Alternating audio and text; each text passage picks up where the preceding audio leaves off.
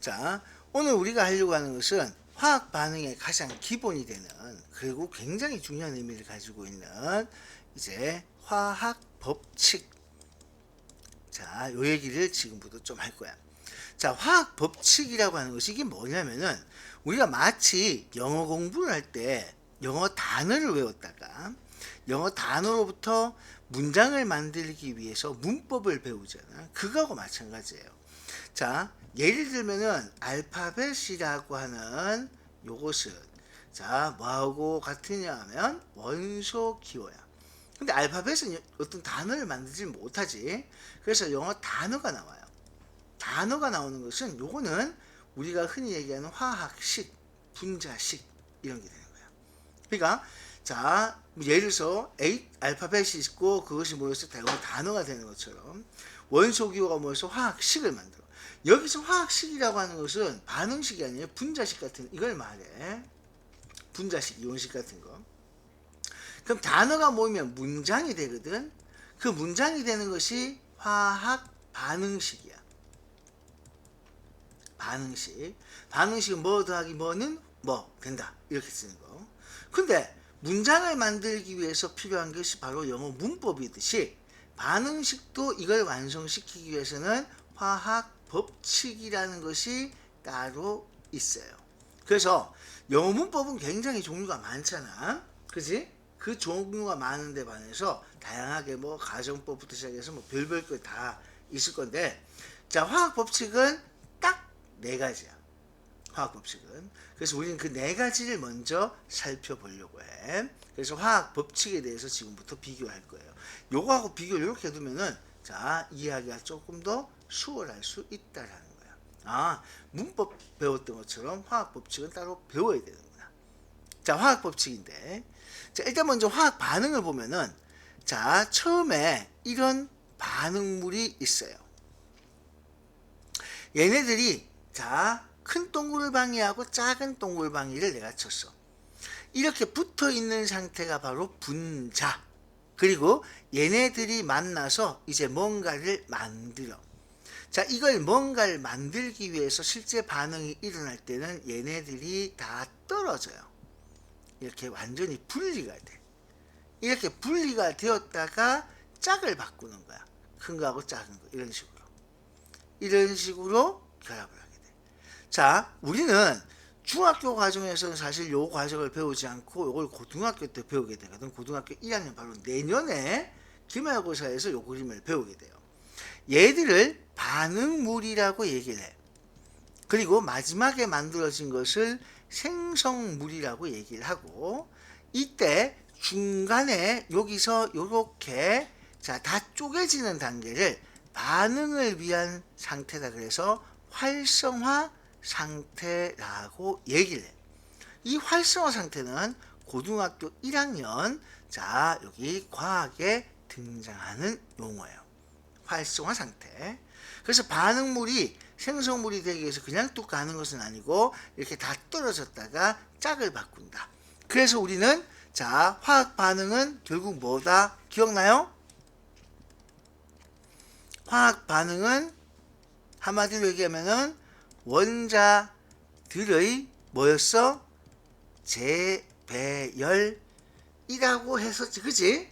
화학 반응이 원자들의 재배열이야. 그러니까 원자들이 새롭게 생기거나 사라지는 것이 아니고 있던 것들을 가지고 다시 배열시키는 거야. 그래서 화학 반응은 원자들의 재배열 과정이다. 이렇게 얘기했어. 여기에 굉장히 중요한 의미가 숨겨져 있어. 원자들이 재배열된다. 첫 번째, 원자들은 자, 생기거나 사라지지 않는다. 자, 요런 게 있고, 원자들이 재배열하는 과정에서 생성 소멸이 되질 않아. 근데 지 멋대로 결합하는 것도 아니야. 얘네들 원자들이 재배열하는 과정인데 어떤 규칙에 의해서 결합을 해. 항상 정해진 비율대로 결합해서. 정해진 비율대로 결합해서 자, 물질을 만들어. 자, 이거 왜 그렇게? 응? 여기서 내가 정해진 비율대로라는 말을 썼는데, 자, 물질을 만드는데 그 이유가 뭘까? H2O가 뭐예요? H2O2는 뭐야? 응? 어?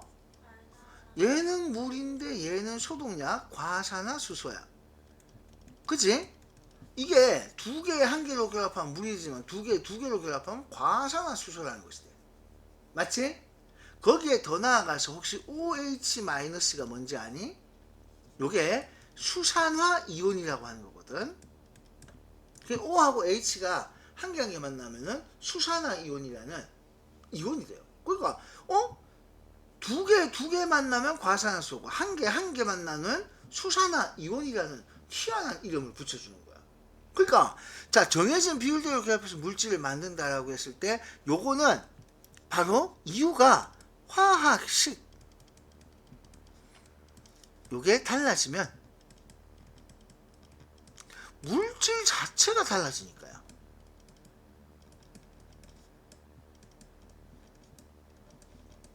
그러니까 이거는 딴 거 없어요. 식이 달라지면 즉 이것처럼 H하고 O로 결합해서 두 개 한 개가 만나면 물이고 두 개 만나면 과산화수소, 한 개 만나면 수산화 이온이야. 전혀 다른 물질들이 막 생기는 거야. 자, 예를 들어서 이렇게 하면 우리가 마시는 물. 자, 과산화수소는 마시지 않죠? 혹시 과산화수소 상처 소독 말고 또 어디에 쓰는지 알아?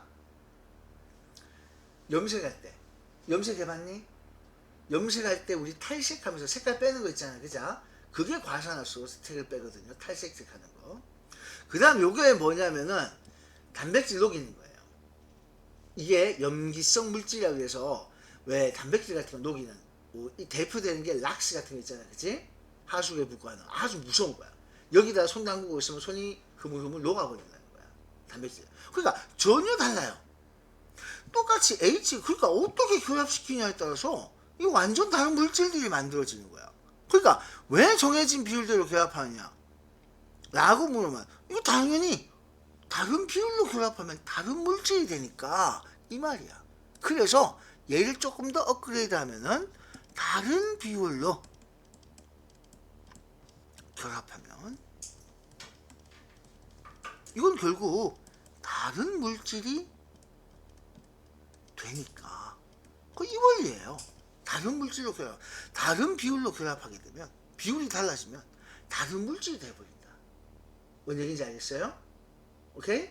자, 그래서 일단 원자들이 재배열하는데 재배열이라는 말 뜻에서 생성이나 소멸되지는 않고, 근데 얘들이 배열할 때 마음대로 막 어떨 땐 기분이 좋아서 한 개, 두 개 결합하고 어떨 땐 기분이 좀 나빠서 한 개, 세 개 결합하고 이렇게 되는 건 아니란 말이야. 알겠어요?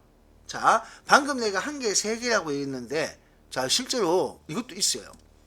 자, H3O 플러스라고 하는 것도 이런 것도 있어. 이것도 파란색으로 썼구나. 한 개에 진짜 세 개 결합하는 이런 물질도 있어. H3O 플러스. 이런 물질도 있어요. 네. 자, 그래서 다양한 물질들이 이렇게 존재를 해. 여러 가지가 이렇게 존재를 합니다. 자, 그래서 원자들이 재배열한다 라는 말, 자, 이렇게 잘 기억해 주시면 좋겠어요. 됐죠? 자, 그럼 이제 보통 이렇게 해서 이 생성 소멸되지 않는다부터 얘기가 진행이 되다 보니까 첫 번째로 우리는 질량 보존의 법칙이라는 걸 배우게 돼요. 자, 질량 보존의 법칙 학교에서 수업은 벌써 나갔죠? 자, 뭐였어? 결론이 뭐야? 자, 이게 조심해야 될 게, 자, 그냥 질량 같다. 이게 아니다. 대부분 착각하는 질량 보존은 그냥 질량 같다. 혹은 처음과 나중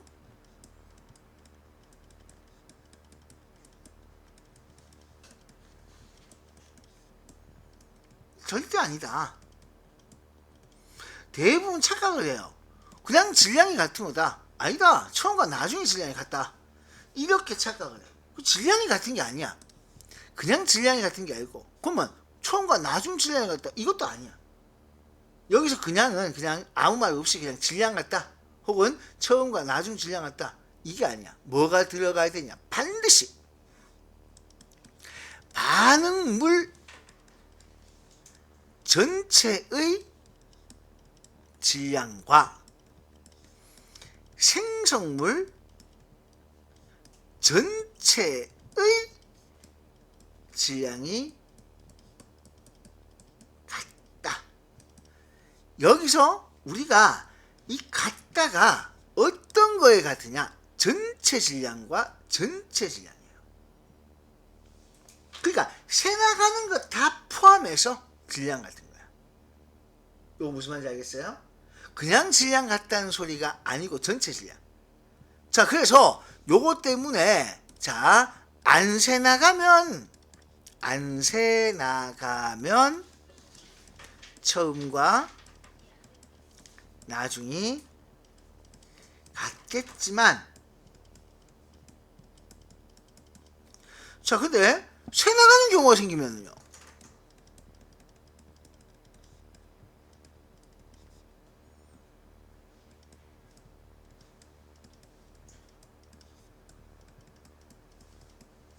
새 나가면 작아지겠지, 그치? 그래도 중요한 것은 그래도 질량 보존의 법칙은 뭐 되는 거예요?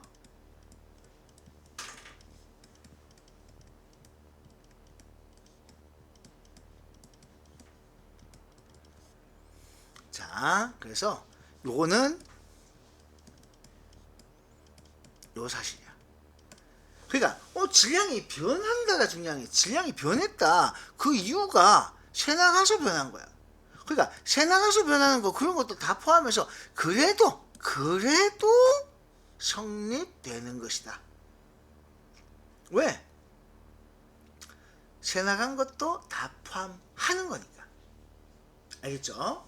새 나가는 것도 다 포함을 해야 되는 거기 때문에 그렇습니다. 그걸 여러분들이 기억해야 돼요. 그래서 새 나가면 새 나간 대로 새 나간 거 다 포함하고, 안 새 나갔으면 그냥 그대로 똑같겠지만, 그래서 절대 질량 보존의 법칙을 우리가 착각하는 게 용기 자체의 질량으로 되는 것이 아닙니다.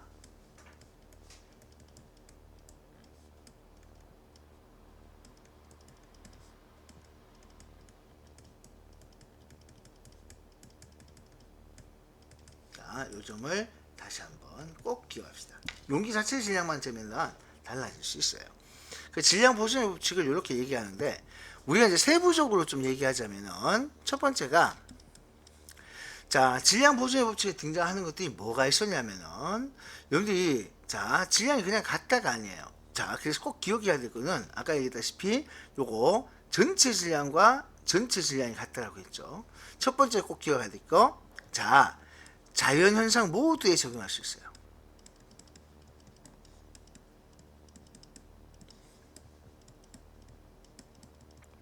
화학에서는 화합물 다 적용돼요. 자, 혼합물은 섞기 전과 섞은 후. 자, 화합물은 반응 전과 반응 후. 그래서 혼합물은 섞기 전, 섞은 후. 이게 같은 거고, 화합물은 자, 반응 전, 반응 후. 이게 같은 거예요. 그러니까 자, 전후가 같은 거야. 자, 물론 섞기 전 전체의 질량과 섞은 후 전체의 질량, 전체를 얘기하는 거죠. 그래서 얘는 혼합물, 화합물 다 가능하다가 질량 보존의 법칙이야. 자, 그리고 이게 성립되는 이유는 아까 얘기했어요. 뭐 때문에 성립될 수 있다고요? 자, 이게 이 생성 소멸, 원자는 생성 소멸, 자, 불가, 요것 때문에요. 원자는 절대 생성되거나 소멸되지 않습니다. 그래서 이걸 조금 유식하게 얘기해서 원자의 종류와 수가 변하지 않기 때문 이렇게 얘기를 해요. 그러니까 일단 원자의 종류와 수 이게 안 변하기 때문에 자, 그 이유는 바로 생성소멸 이게 불가해요. 혹시 이건 누가 얘기했는지 중학교 2학년 때 배웠는데 기억나요? 누구야? 어? 아니 그건 질량 보존의 법칙이고 이 생성소멸이 안 된다고 얘기한 사람. 라부아제는 질량 보존의 법칙을 어, 어, 돌턴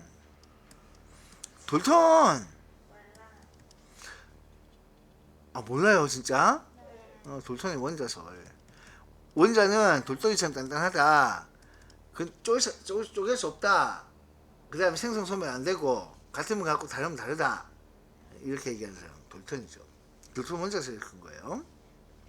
여러분들 이건 서술형이 잘 나와. 왜 질량 보존의 법칙이 성립되느냐? 원자의 종류와 수가 변하지 않는다 이 말을 쓰는 거예요. 자 됐죠? 자 그 다음에 이제 세 번째 질량 보존의 법칙이 나오면 자 반응의 종류를 또 여러분들이 알아야 돼요. 여기는 꼭 보면 반응의 종류가 나와.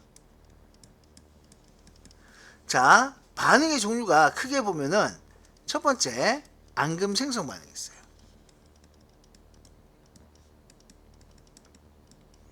자 앙금 생성 반응은 이건 뭐예요? 앙금이 만들어지잖아.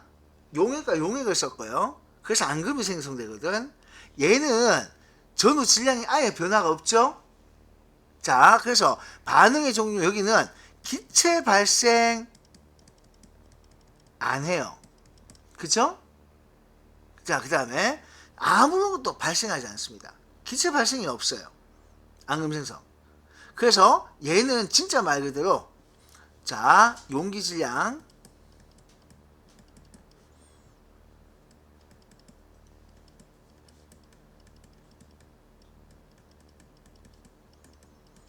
그래서 기체 발생이 없어요. 용기 질량 자체의 변화가 자 없는 겁니다. 전후의 질량이 아예 똑같아. 자 그래서 반응하기 전 반응하고 난 후 저울 융금의 변화가 없는 겁니다. 앙금 생성 반응이 첫 번째로 등장하네요. 그 두 번째가 기체 발생 반응이 있어요.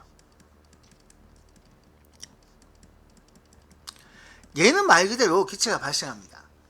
자 크게 두 가지를 기억하는데요. 금속하고 산이 반응합니다. 자 요번 반응에서 누가 나오죠? 수소기체가 발생을 해요. H2 여기서 금속은 가장 대표되는 게 뭐 자 우리가 마그네슘하고 염산의 반응 뭐 이런 예를 들 수 있는 거예요. 마그네슘과 염산 아연과 자 뭐 제일 많이 쓰는 게 염산 이런 것들이니까 어쨌든 금속과 산이 반응합니다. 수소기체가 발생해요.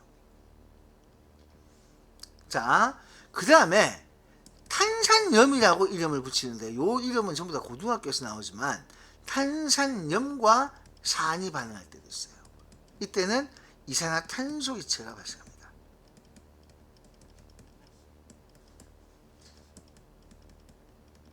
자 이산화탄소 CO2가 발생해요.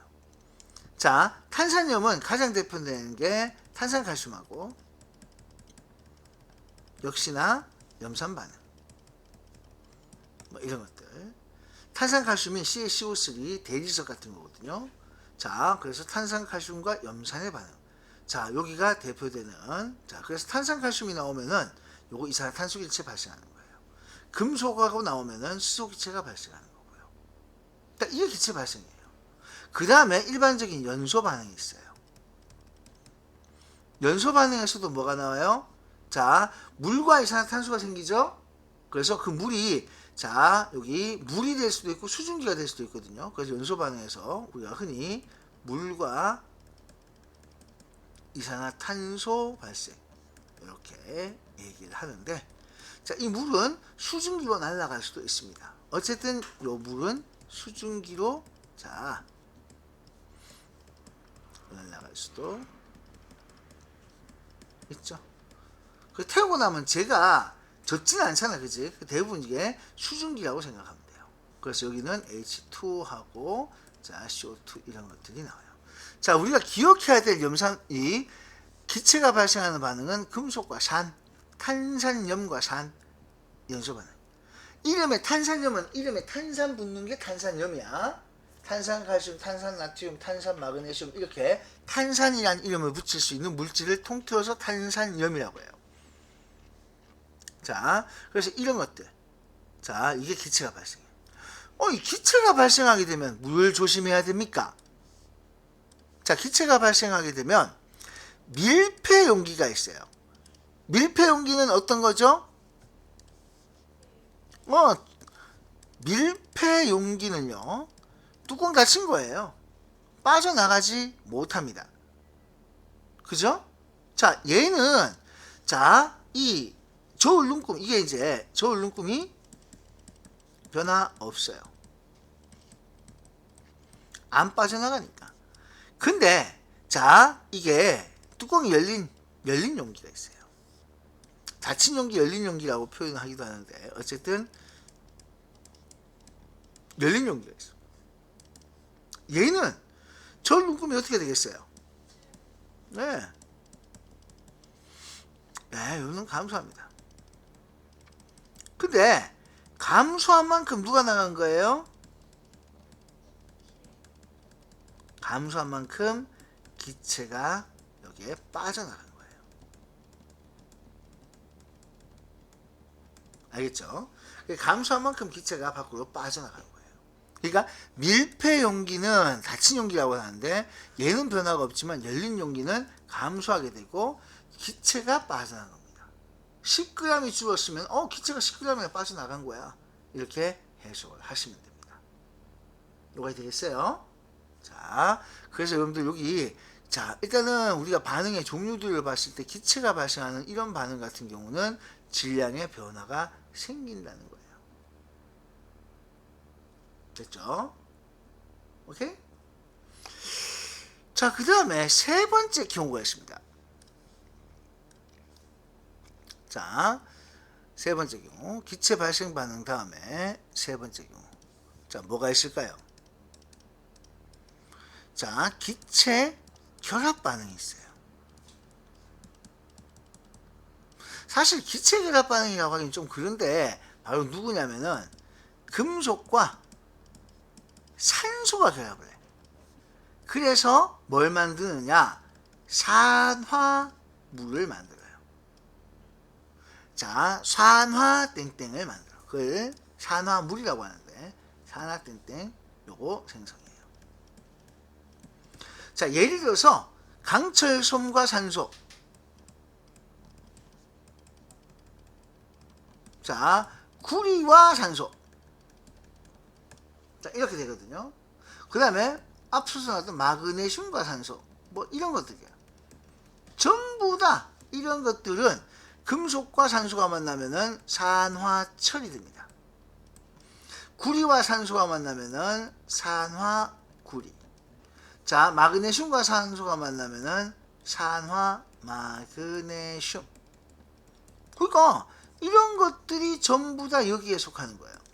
자, 얘네들은 생성물이 산소와 결합한 상태죠. 그죠? 안 그래요? 산소와 결합이 된 상태이기 때문에 가벼워졌겠어요? 무거워졌겠어요? 네.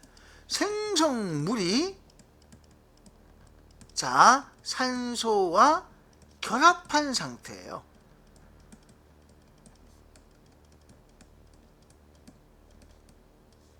무거워지는 거죠.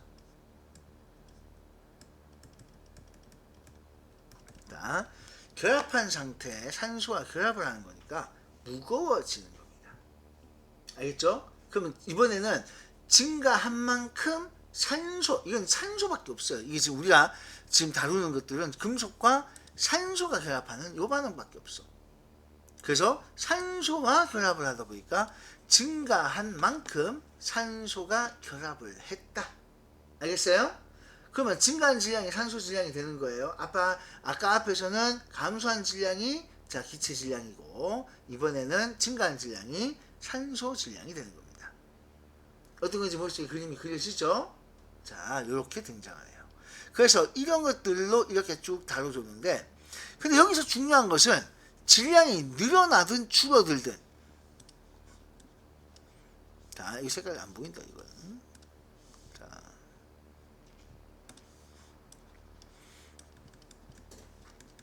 이 실험을 하는 동안 질량이 늘어나든 줄어들든 질량 보존의 법칙은 성립되는데,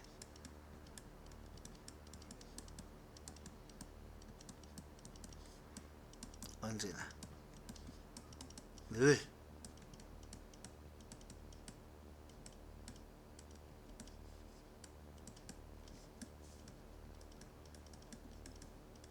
이게 시작점이야. 자, 질량 보존의 법칙은 언제나 늘 성립되는 거예요. 그러니까 언제나 성립되고 늘 성립되는 거야. 늘 성립되는 거야. 언제나 늘 성립된다. 여기서 출발하는 거예요. 그러니까 질량이 줄었는데요, 질량 보존의 법칙 안 되는 거 아니에요? 그렇게 생각하면 안 된다는 거예요. 이미 자, 질량 보존의 법칙은 무조건 전제를 깔고, 그 질량은 보존 법칙은 성립된다. 성립된다. 여기서 출발하자. 이게 무슨 말인지 알겠죠? 그 무조건 질량 보존 법칙은 성립되는 거예요. 이게 안 될 수가 없다는 거야. 늘어나든 줄어들든 그걸 가지고 판단하는 것이 아니다. 왜? 질량 보존의 법칙은 늘어나고 줄어드는 것을 보는 것이 아니고 어디에 관심을 두고 보는 거야? 전체 질량이 같다는 거죠. 그죠? 전체 기준.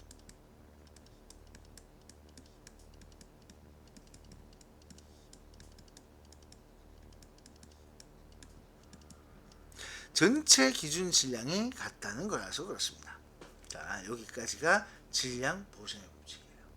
알겠죠? 자, 질량을 더하면 된다. 뭐가 되겠어? 자, 막 쓰는데 힘들죠? 그죠? 다 쓰고 있었어요? 네. 자, 내가 이거 썼는 거는 그냥 하는 게 아니고 깔끔하게 또 출력을 하나 해서 드리도록 하겠습니다.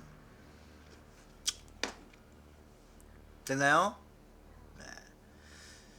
자, 이제 질량 보존의 법칙 다음에 이제 화학 물질을 만들어야 돼요.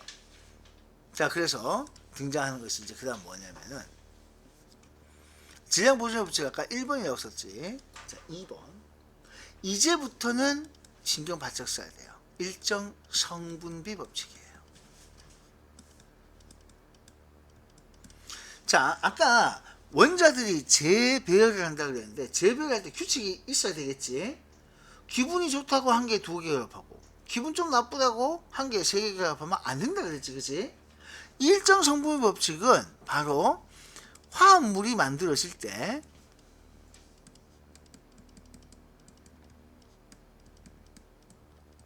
자, 화합물이 그냥 만들어지는 게 아니에요. 화합물이 만들어질 때, 자, 일정한 비율로 결합하게 된다는 거예요. 자, 일정한 비율로 결합합니다. 일정한 비율로 결합해요. 이게 일정 성분비의 법칙이야. 일정한 비율로 결합합니다. 몇 개에 몇 개가 결합한다. 한 개에 두 개가 결합한다. 세 개에 네 개가 결합한다. 자, 이렇게 일정한 비율로 결합을 하게 됩니다. 근데 이걸 이렇게 쓰다 보면은, 자, 자연수로 나타낼 수 있는 것도 있고, 자연수로 나타내기 좀 지저분하고 어려운 것도 있을 수 있어요. 그래서 이걸 깔끔하게 표현할 수 있는 방법이 뭐가 있을까? 라고 생각해서 일정 성분배의 법칙은 바로 질량비가 성립되는 걸로 얘기를 합니다.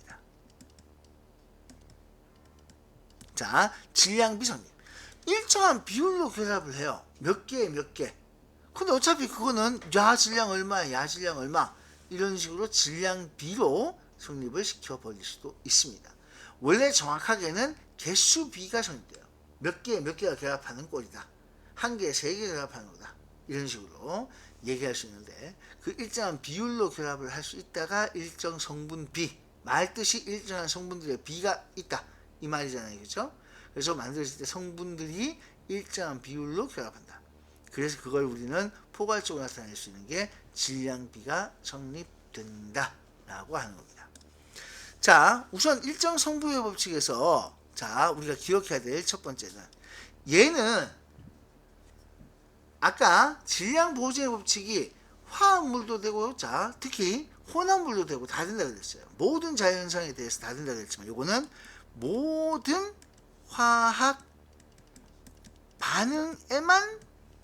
반응에 적용 가능해요. 자, 모든 화학 반응에 적용할 수 있어요. 화학 반응에 적용이 돼. 그러니까 화합물이 만들어지는 상황에서는 항상 성립됩니다.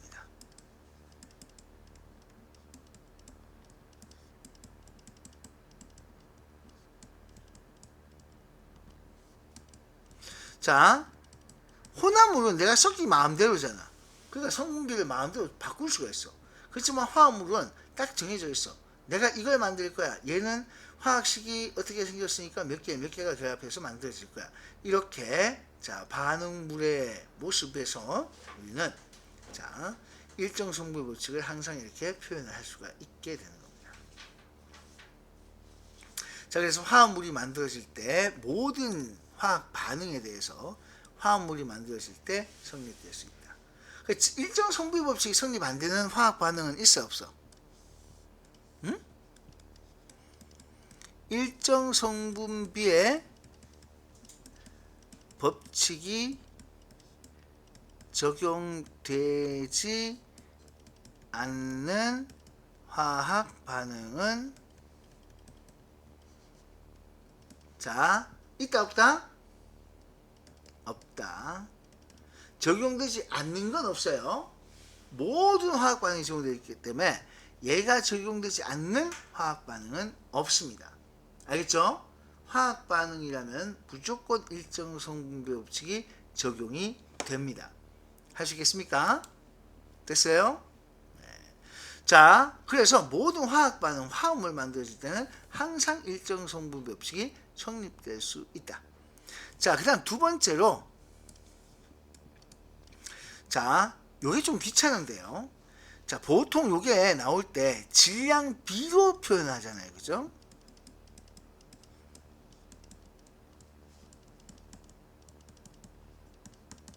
근데 질량을 우리가 어떻게 찾아? 요거는 질량 직접 제시형이 있고요. 질량을 직접 가르쳐 주는 경우가 있습니다. 그 다음 두 번째는 질량을 안 가르쳐 주고 대신에 자, 원자의 상대적 질량 제시할 때가 있어요.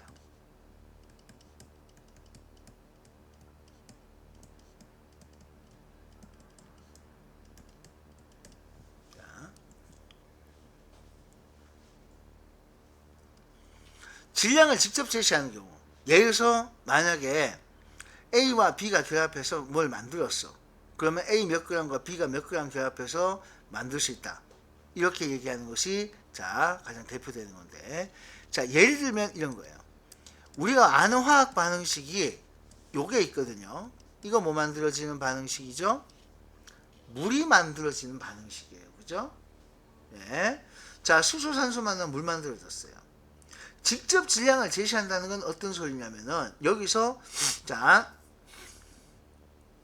야가 1g을 써면 얘는 8g이 되고 얘가 자, 9g을 만들 수 있다. 이렇게 질량을 직접 제시해 주는 경우가 있어. 됐어요? 자, 이렇게 직접 제시하는 경우가 있습니다. 이게 질량이 직접 나오는 경우야. 자, 그 다음에 두 번째는 질량이 안 나오고요. 자, 원자의 상대적 질량을 사실 줄여서 원자량이라고 하는데 원자량 제시가 되는 경우가 있어. 원자량이라고 하는 요 값이 제시되는 경우가 있어. 자, H가 1이다.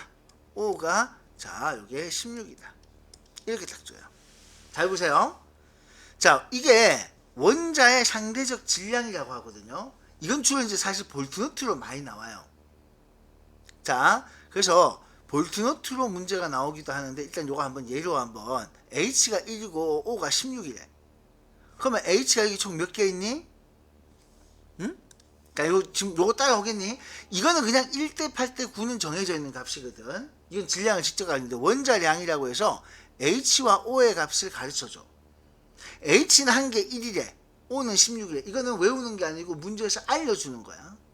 여기에 H가 총 몇 개 들어있어요? 예, 여기에 H가 4개 있어요. 자, 여기에는 O가 몇 개 있어요? 2개가 있어요. H에 4개가 있으면 한 개 1짜리니까 총 질량이 4가 되겠죠. 그죠? 자, O가 16짜리인데 16짜리 2개가 있으면 이거 얼마가 되겠어요? 32가 되겠죠. 이걸 2개 합치니까 결국 36이 될 거 아니야? 맞지? 자, 그래서 직접적으로 H 4개니까 한 개 1이라서 4, O가 2개라서 한 개 16이라서 32. 그래서 H2O 2개가 만들어졌습니다. 그럼 문제에 2개 합치면 36이 나와. 근데 이걸 잘 보면 이게 어떤 모습이냐면은 약분하면 1대 8하고 똑같죠. 그죠? 네. 이거는 상대적 질량을 가르쳐 주고 질량비를 찾고자 하는 그런 문제가 되겠습니다. 그래서 이거 약분하면 똑같이 1대 8이 되고 얘는 9가 똑같이 생기는 거예요. 자, 그래서 직접적으로 제시되는 경우도 있고 이렇게 원자량으로 제시되는 경우도 있다. 보통 이게 직접 제시되는 경우는 자, 이렇게 직접적으로 제시되는 경우와 원자량 제시가 있었는데 이 직접 제시는 실제 화학 반응은 이걸 직접 가져주세요.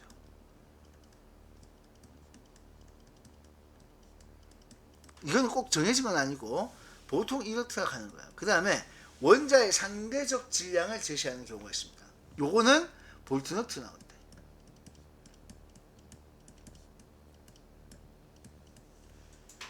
자, 볼트와 너트가 나올 때 이렇게 돼요. 됐어요? 네, 이런 식으로. 자, 볼트 너트가 나왔을 때 이렇게 됩니다. 자, 질량비 이렇게 표현돼요. 자, 그러면 예를 하나 들어볼게요.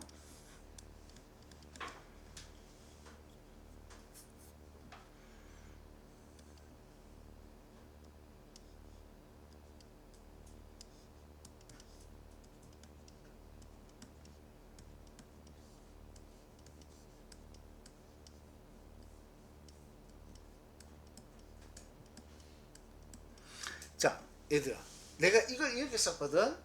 이 화학식 어떻게 쓰면 되겠니? 응? 볼트는 B라고 쓰고 너트는 N이라고 쓰거든. 자, 볼트 몇 개? 2개가 있어서 이건 떨어져서 2B라고 써요. 얘는 N이라고 불린 너트가 3개 있죠? 그럼 3N이라고 써. 됐니?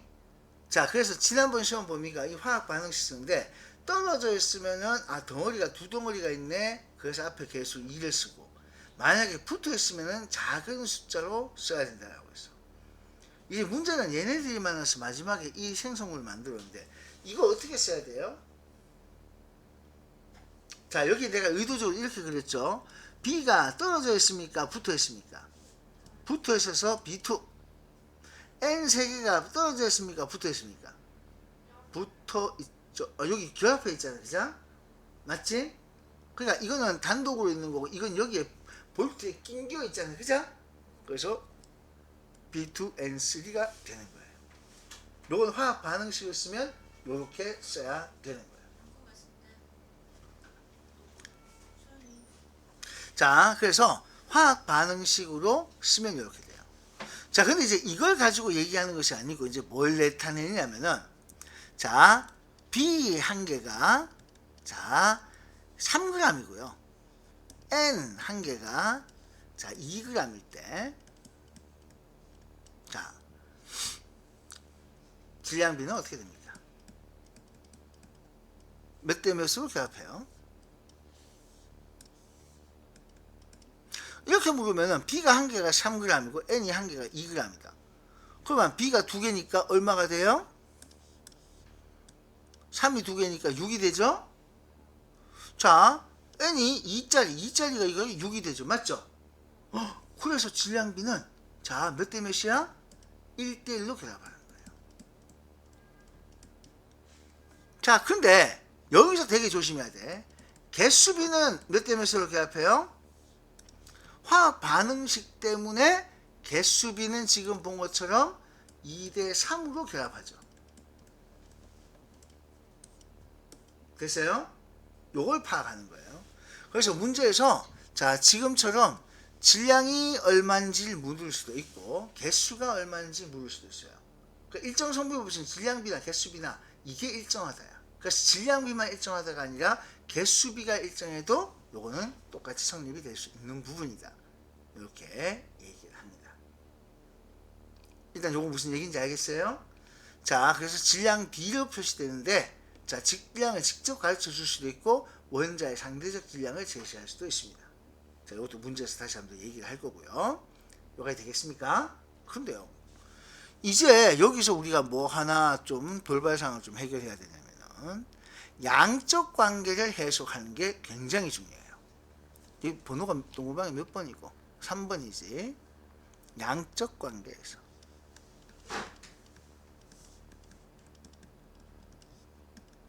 이번 시험에서 자 제일 어렵게 나올 수 있는 것으로 굳이 얘기하자면은 요 부분이야.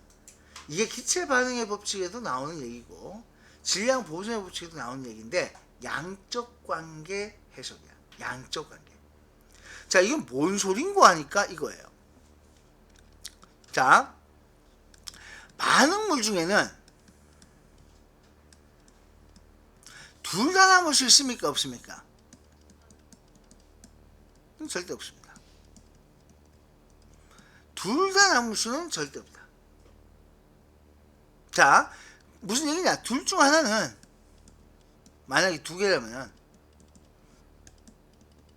반드시 다 반응하게 된다는 거예요. 자, 그래서 반응물이 만약에 두 가지면 반응물 다 남을 수 없다. 둘 다. 자, 남을 수 없다. 내가 여기서 둘 다라고 하는 것은 반응물이 두 종류가 있어. 반응물 A, B 만약에 있다고 하면은 반응물이 A, B 이렇게 두 종류 있다면은 둘 다 남을 수는 절대 없습니다. 둘 중 하나는 반드시 다 반응해야 돼요. 둘 중 하나는 다 반응을 해야 됩니다. 됐죠? 둘 중 하나는 반드시 다 반응을 해줘야 합니다. 둘 다 남을 수는 없고 둘 중 하나는 무조건 다 반응을 해야 됩니다. 그래서 사라져야 돼요. 됐나요? 네, 사라져줘야 돼요. 이게 양적 관계 해석의 가장 핵심되는 부분이에요. 자, 그래서 이런 거 해석할 때 처음 얼마, 반응 얼마, 남음 얼마.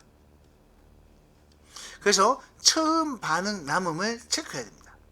처음 문제에 제시된 양을 쓴다. 문제에 제시된 양을 여기에 씁니다.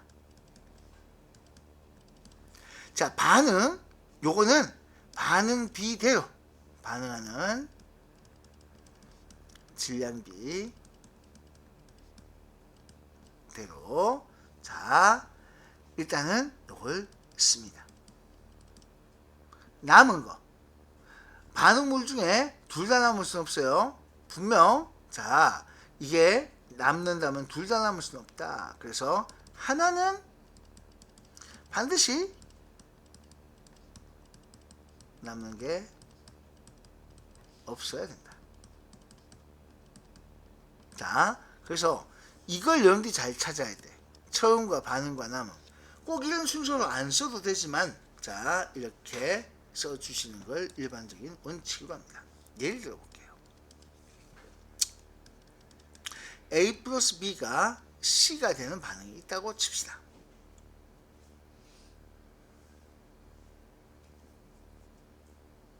자, A 플러스 B가 C가 되는 반응이 있습니다.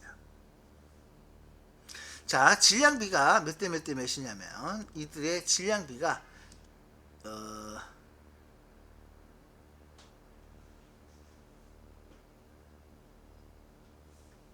가만 있어봐. 그냥 아무렇게나 막 줄게. 4대 3대 7이라고 합시다. 질량비가 4대 3대 7이에요. 마지막 7은 두 개 더 한 거예요. 그죠? A, B 다음 C 되잖아요. 그죠? 4대 3으로 반응한다. 자, 처음에 자, A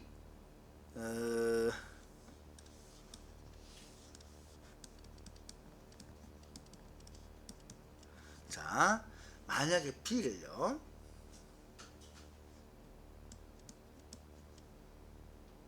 27g.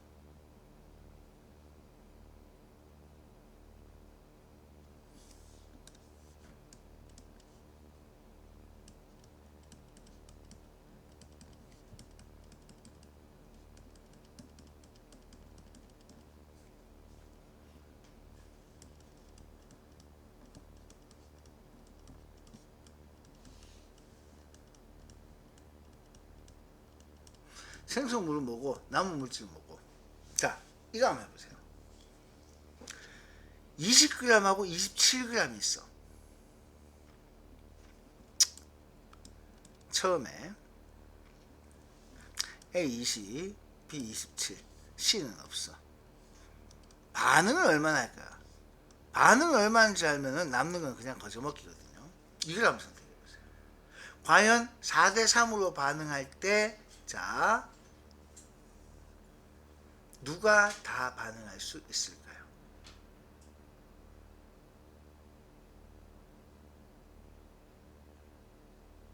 그럼 누가 과연 남을까요?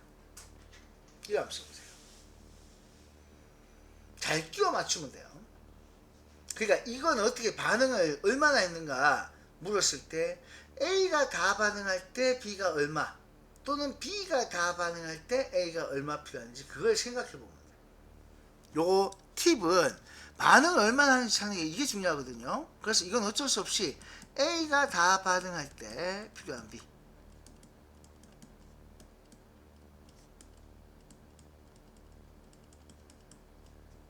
또는 B가 다 반응할 때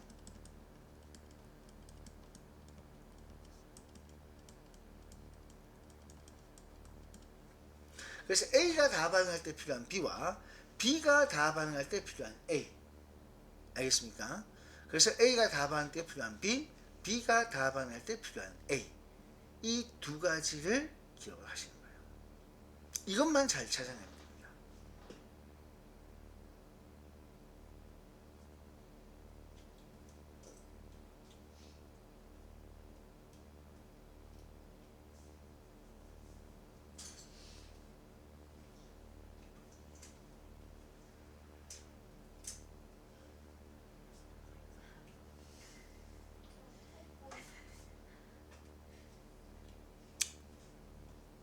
자,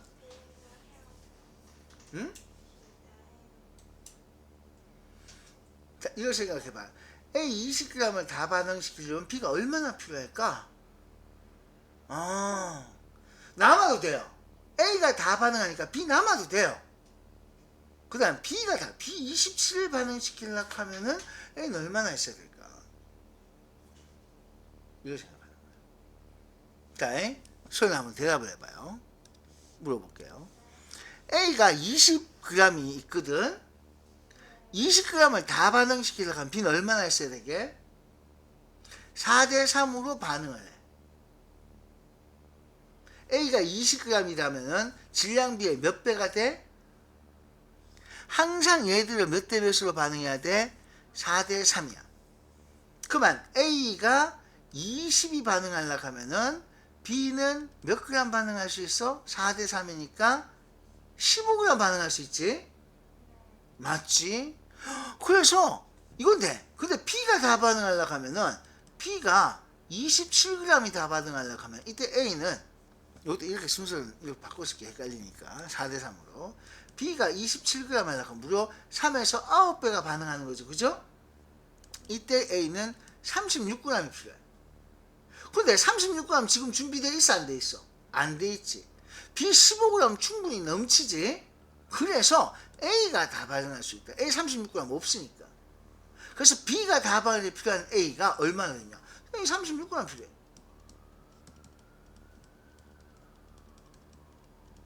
그만큼 없다는 거야.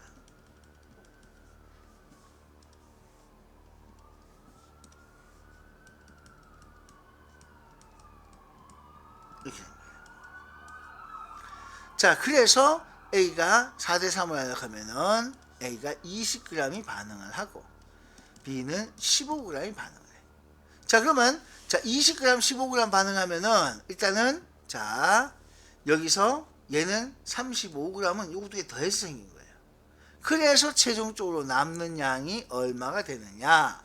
얘는 20 있다가 20이 다 반응했으니까 아무 게 없어.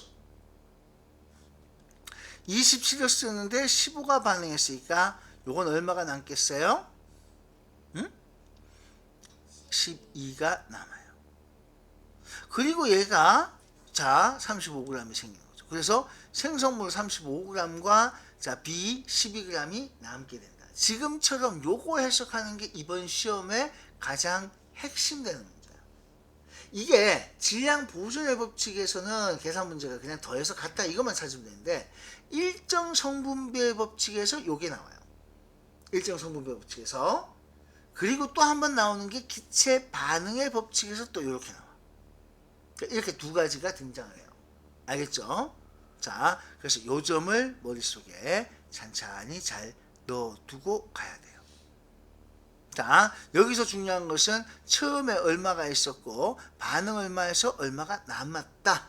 처음 양과 반응 남음 이걸 따지는 게 중요하다. 특히 이걸 생각해야 돼. 야가 다 반응할 때 B 얼마였으면 돼요? 우리 가지고 있는 만큼 되나? B가 다 반응할 때 A 얼마였으면 우리 가지고 있는 걸로 다 되겠나? 이게 너무 이거 우리 모자라네. 모자라면 안 된다. 알겠죠? 지금 이거는 B가 다 반응하려니까 A가 36g이 필요했어. 근데 우리는 그만큼 없었어. 그래서 이건 안 되는 거야. 그래서 우리는 A가 다 반응하는 양만 선택이 돼야 되는구나. 이렇게 간 거예요. 요 점을 잘 기억해야 돼요. 알겠습니까? 요게 일정 성분비 법칙의 계산 문제가 되겠습니다. 됐습니까? 네, 이런 걸로 문제가 풀려져요. 자, 일단 자 오늘 얘기는 여기까지 얘기예요. 요게 얘기고 그 다음에 뒤에 가서 그 용액 섞어주는 건데 이건 그림 나오면은 자 준비해서 내가 다시 한번 얘기를 하겠습니다. 일단 녹화는 여기까지 할게요.